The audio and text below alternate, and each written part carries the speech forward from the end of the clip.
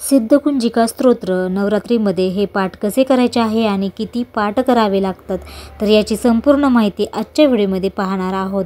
तर video skip न करता पूर्ण बघा आणि व्हिडिओला लाईक नक्की करा। तर बघा, आता नवरात्रीमध्ये तर चालू होत आहे 22 सप्टेंबरपासून आपली नवरात्री चालू होत आहे। तर बघा, नवरात्रीमध्ये विशेषतः या स्तोत्राचे पठण केलेले अत्यंत फलदायी मानले जाते।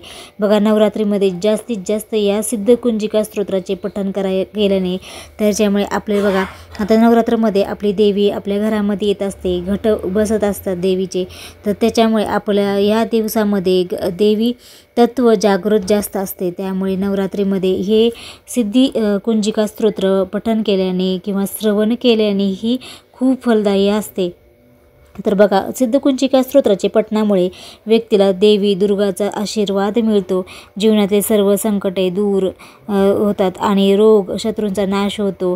बघा, सर्व कामामध्ये यश प्राप्ती होते। ह्या स्तोत्र वाचनाने दुर्गा सप्तशतीचे पठणा एवढे पुण्य मिळते, ज्यामुळे साधकांना जी काही तुम्ही पठण करता त्याची सर्व मनोकामना पूर्णही होतात। त्यामुळे खरंच सिद्धकुंजिका स्तोत्राचे खूप महत्त्व आहे आणि तुमच्या लवकरच इच्छा मनोकामना पूर्ण करतात। आपली आई भगवतीचा आशीर्वाद खूप आपल्या कुटुंबावर राहते। त्यामुळे बघा, या स्तोत्राचे पठणाने खरंच अत्यंत कृपा प्रसाद मिळतो आपल्याला। या जीवनातील सर्व रोग दुःख संकटे आणि शत्रूपासूनही मुक्ती मिळते। या स्तोत्राचे पठणामुळे साधकांचे सर्व कामामध्ये सिद्धी प्राप्त होते। बघा, नावामध्ये सिद्धी आहे। सिद्धकुंजिका स्तोत्र म्हणजे सिद्ध करणारा स्तोत्र आहे। नक्कीच या नवरात्रामध्ये आपल्याला पठण करायचं आहे, श्रवणही करायचं आहे, जे पूर्ण दुर्गा सप्तशतीचे पठण करू शकत नाही।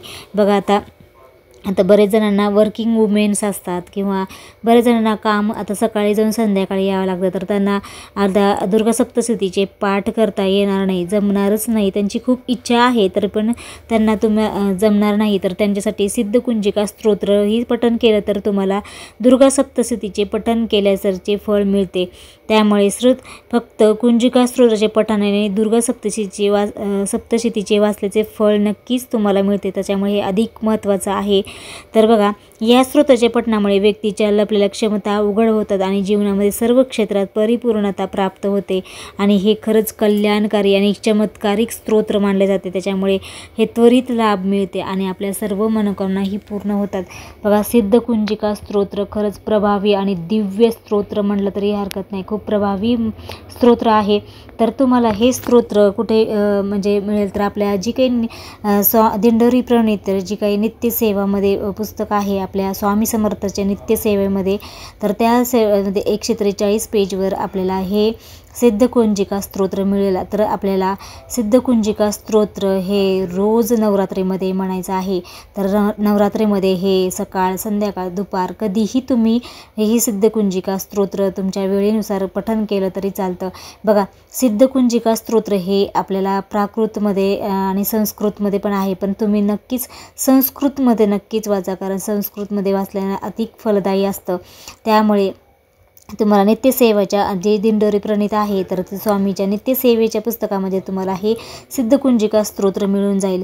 तर तुम्हाला जर नाही तुमच्याकडे ते जर तुम्हाला ते ग्रंथ नसेल तुमच्याकडे ते नित्यसेवेचं, तर त्याच्या तुम्हाला PDF नसेल, तुम्हाला यूट्यूबवरही तुम्हाला खूप याचे व्हिडिओ मिळतील। तर तुम्ही यूट्यूबवरून तुम्ही श्रवण करू शकता किंवा यूट्यूबवरूनही तुम्ही ह्याचं पठण करू शकता। त्याचे PDF काढूनही तुम्ही त्याची प्रिंटही तुम्ही काढू शकता। पण नक्कीच तुम्ही आवर्जून सांगते की ही स्तोत्र नक्कीच नवरात्रामध्ये खरंच पठण करा।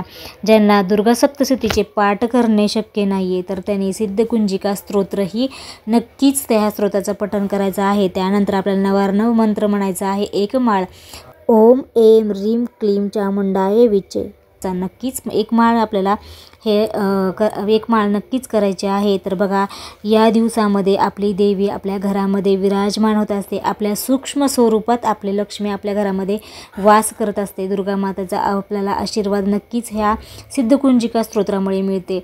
तर बघा, आपल्या या देवी तत्व खूप जागृत असतात, त्याच्यामुळे आपल्याला आई भगवतीचा आशीर्वाद नक्कीच आपल्याला मिळते आणि तुमचे सर्व मनोकामना पूर्ण होते। तर या स्तोत्र दिवसभरात पण तुम्ही कधीही पठण करू शकता। तुम्हाला या वेळेचं बंधन नाही आहे, तुम्ही कधीही तुम्हाला वेळेनुसार हे सिद्धकुंजिका स्तोत्र तुम्ही पठण करू शकता। आणि जर तुम्हाला आता महिलांना जर काही प्रॉब्लेम असत आधीच, तर तुम्ही अष्टमी आणि नवमीला ही जास्तीत जास्त पाठ करायचा आहे. तर अष्टमी आणि नवमीला बघा, तर तुम्हाला मासिक धर्म आधीच येऊन गेला असेल तर ठीक आहे. तर तुम्हाला जर सुरुवातीला नाही जमलं तर तुम्ही अष्टमी नवमीपासून तरी तुम्ही 2 दिवस जरी तुम्ही केलं तरी चालतं. बघा, आपल्याला हे सिद्धकुंजिका स्तोत्र हे रोज 11 वेळेस म्हणायचं आहे. तर बघा, रोज आपल्याला हे 11 वेळेसच म्हणायचं आहे. बघा, एकदा दोनदा असं नाही, फक्त 11 वेळेस आपल्याला सिद्धकुंजिका स्तोत्र पठण करायचं आहे, श्रवण करायचं आहे. तर तुम्हाला हे सिद्धकुंजिका स्तोत्र नवरात्रामध्ये जास्तीत जास्त सेवा ही जे करायची आहे. आणि नवरत्न मंत्र आपले जी काही दुर्गा मातेचे स्तोत्र जी काय आहे तर ते आपल्याला पठण करायचे आहे. तर अशा प्रकारे आपल्याला सिद्धकुंजिका स्तोत्राचे नवरात्रीमध्ये पाठ करायचे आहे आणि 11 वेळेस ते पाठ करायचे आहे. त्याच्यामुळे दुर्गा सप्तशतीचे पाठ केल्याचे फळ तुम्हाला नक्कीच मिळणार आहे.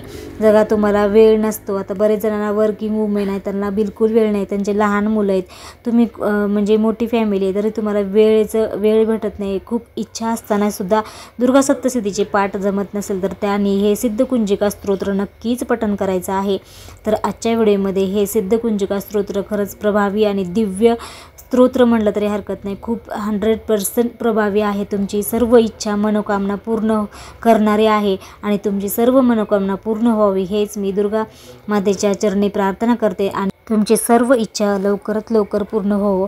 तर बघा, सिद्धकुंजिका स्तोत्र पठण करताना नवरात्रीमध्ये आपल्याला काय नियम पाळायचे तर बघा, नियम अगदी सोपे असं आहे. तर दुर्गा सप्तशतीचे पठण करताना मी अगोदरच्या व्हिडिओमध्ये सांगितले तेच नियम आपल्याला इथे पण आपल्याला पाळायचे आहेत. म्हणजे घरामध्ये मांसाहार करायचा नाही आहे, तामसिक पदार्थ खायचं नाही, म्हणजे कांदा लसूण वर्ज्य आहे, तुम्ही ब्रह्मचार्य पाळायचं आहे आणि आपल्याला खाली गादीवर झोपायचं नाही, खाली झोपायचं आहे. तर बघा, आपल्याला नवरात्रीमध्ये कुठलेही वादविवाद करायचं नाही, भांडण करायचं नाही आहे, खूप शांतते वातावरणामध्ये आपल्याला हे सिद्धकुंजिका स्तोत्राचे पठण करायचं आहे. तर बघा, अन्न खायचं नाही आहे. तर अशा छोट्याशा आणि साधे सिंपल नियम आहेत, जास्ती काही नियम नाही आहेत. तर ह्या सिद्धकुंजिका स्तोत्राचे पठण करताना या नियमाचं पालन करायचं आहे. कारण आपण जेव्हा शुद्ध अंतकरणाने मनाने जेव्हा मनोकामना पूर्ण करण्यासाठी आपण शुद्ध मनानेही आपल्या सिद्धकुंजिका स्तोत्र पठण करायचं असतं. आपल्या शरीर शुद्ध पण असणं गरजेचं असतं. तर त्यामुळे सिद्धकुंजिका स्तोत्राचे हे खूप साधे सिंपल नियम आहेत. तर आजच्या व्हिडिओमध्ये सिद्धकुंजिका स्तोत्र पठण कसे करायचे आहे, किती करायचे आहेत, तर दुर्गा सप्तशतीचे पाठ केल्याचे नक्कीच तुम्हाला हे फळ मिळते. तर आजच्या व्हिडिओमध्ये हे पूर्ण माहिती सांगितलेली आहे. तर हा व्हिडिओ तुम्ही नक्कीच शेअर करा सगळ्यांना. तर सिद्धकुंजिका स्तोत्र खूप प्रभावी स्तोत्र आहे. तर तुमच्या सर्व काही मनोकामना नक्कीच पूर्ण होणार आहे. तर हा व्हिडिओ जास्तीत जास्त शेअर करा. तर आजचा व्हिडिओ तुम्हाला कसा वाटला ते नक्की कमेंटमध्ये सांगा आणि कमेंटमध्ये जय दुर्गा माता लिहायला विसरू नका. तर अशा छानशा व्हिडिओमध्ये पुन्हा भेटूया. तोपर्यंत सगळ्यांना श्री स्वामी समर्थ, जय जय स्वामी समर्थ.